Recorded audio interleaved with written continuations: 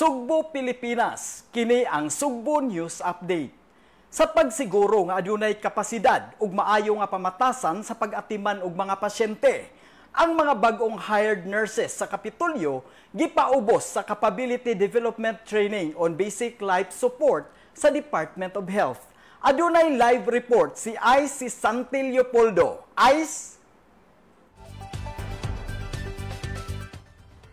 Monching, 160 nga mga bagong nurses sa Kapitolyo ang nagpaubos karon og training sa Department of Health.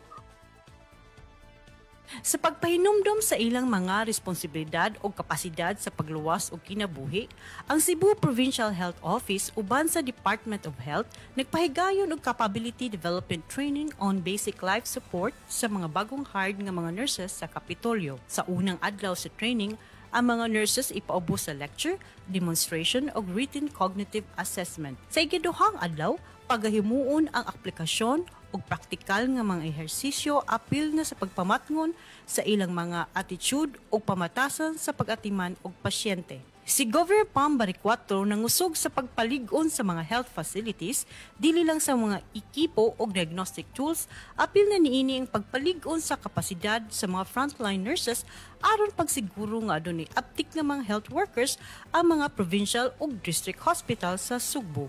Gisiguro usab ni Capital Peso Consultant on Health Dr. Nikki Catalan nga andam na ang mga bagong hired nga nurses nga mohatag sa ilang serbisyo ngadto sa katawhan sa hospital kung asa sila i-assign. Ang 160 ka mga bagong nurses ipang-assign sa 16 ka provincial ug district hospitals sa lalawigan sa Sugbo. Monching? Salamat ay si Santil Leopoldo sa imong report. Sugbo anon, manginlabot kita, magpakabana tungod kay ato ang Sugbo. Sa mga musunod nga oras, atangi ang mga balita nga may labot ang Sugbo, dinhi lang sa Sugbo News. Ako si Monching Auxtero, maayong udto.